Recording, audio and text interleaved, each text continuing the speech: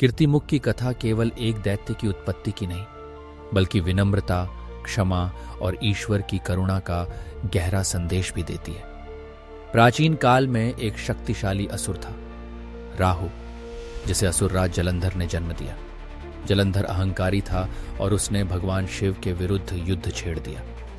क्रोधित होकर शिव ने अपने त्रिनेत्र की अग्नि से भयानक अर्धशेर, अर्ध ड्रैगन जैसा एक प्राणी उत्पन्न कर दिया।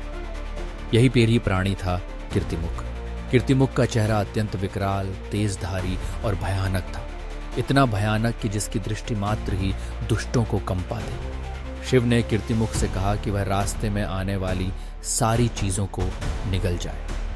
भूख से व्याकुल होकर कीर्तिमुख खुद को ही खाने लगा और धीरे धीरे अपने ही शरीर को खाने लगा। अंततः जब केवल उसका चेहरा शेष बचा, तब शिव ने उसे रोका और प्रसन्न होकर कहा कि उसकी आत्मत्याग और भक्ति अद्भुत है। शिव ने कीर्तिमुख को वरदान दिया कि वह मंदिरों, देवालयों और शुभ कार्यों के द्वार, प्रवेश द्वार या मुख के ऊपर स्थापित रहेगा और उसकी छवि अपशकुन व नकारात्मक शक्तियों का नाश करेगी। यही कारण है कि हम आज भी अनेक मंदिरों, विशेषकर दक्षिण भारतीय और कुछ उत्तर भारतीय मंदिरों के प्रवेश द्वार या शिखरों पर कीर्तिमुख की आकृति अंकित देखते हैं। शिव के लिए कीर्तिमुख का महत्व इसलिए है क्योंकि उसने अपनी भूख, अहंकार और अस्तित्व का त्याग कर परिशुद्ध भक्ति का उदाहरण प्रस्तुत किया।